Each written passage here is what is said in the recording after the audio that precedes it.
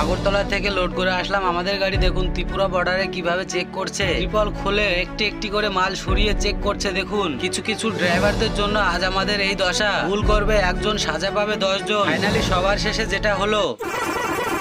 Hello guys, road king ভাই চ্যানেলে আপনাদের স্বাগত। আগের ভিডিও যেমনটা আমরা বলেছিলাম, লোড করছি আগরতলায় থেকে, খালি হবে মহারাষ্ট্র ঔরঙ্গাবাদ। বন্ধুরা, রোড কিং ভাই চ্যানেলে যদি কেউ নতুন হয়ে থাকো তাহলে সাবস্ক্রাইব করে নেবে, আর পেজ থেকে দেখলে ফলো করে নেবে। আমাদের গাড়ি লোড শুরু হয়েছিল বিকেল 3টের সময়, লোড কমপ্লিট হলো সন্ধ্যে 7টার সময়। এই মাত্রে আমরা রশি বাঁধা কমপ্লিট করে নিলাম তিরপল বাঁধার আগে। এইবারে আমরা তিরপল বেঁধে কমপ্লিট করে নেব। তিরপল বাঁধা কমপ্লিট হয়ে গেলে কাটা ফাইনাল করে নিয়ে রাত্রিবেলা চালান নিয়ে কোম্পানিতে ছিলাম। সকালবেলা চলে আসি আমরা পেট্রোল পাম্পে এসে সবার প্রথমে আমাদের গাড়ির ডিজেল ট্যাঙ্কি ফুল করে নিলাম। কালকে রাত্রে গাড়ি লোড কমপ্লিট হয়ে গেলে কাটা কমপ্লিট করার পরে চালান দিয়ে দিয়েছিল, গেট পাশও বের করে দিয়েছিল। চাইলে আমরা কালকে রাত্রে বেরিয়ে আসতে পারতাম, কিন্তু আমরা আসিনি। আসলে ত্রিপুরা আগরতলা চলার এটাই সঠিক নিয়ম। কোম্পানি থেকে বেরিয়েছিলাম সকাল 5:30টার সময়। ইন্ডাস্ট্রিয়াল এরিয়া থেকে বেরিয়ে পাম্পের কাছে আসতে আসতে প্রায় 7:30টা বেজে যায়। প্রায় 20 কিলোমিটার আসার পরে দেখতে পাই আমরা দুটো হাতির পিঠে চেপে রয়েছে 3 জন লোক। তবে আমার জানা নেই হাতিগুলো আটকে রেখে লোকগুলো কি লিগ্যাল কাজ করছে না আনলিগ্যাল কাজ করছে। তবে আমার এইটুকু জানা আছে, বনের পশু পাখি আটকে রাখার মতো সাধারণ মানুষের অধিকার নেই। তবে যাই হোক, হাতিগুলো দেখার পরে খুব ভালোই লাগলো। আগরতলায় থেকে 7:30টার সময় গাড়ি ছেড়েছিলাম, চুরাইবাড়ি বর্ডার চলে আসলাম আমরা 6:30টার সময়। এবারে আমরা গাড়িটি খুলে দিচ্ছি, কেননা আমাদের গাড়ি চেকিং হবে।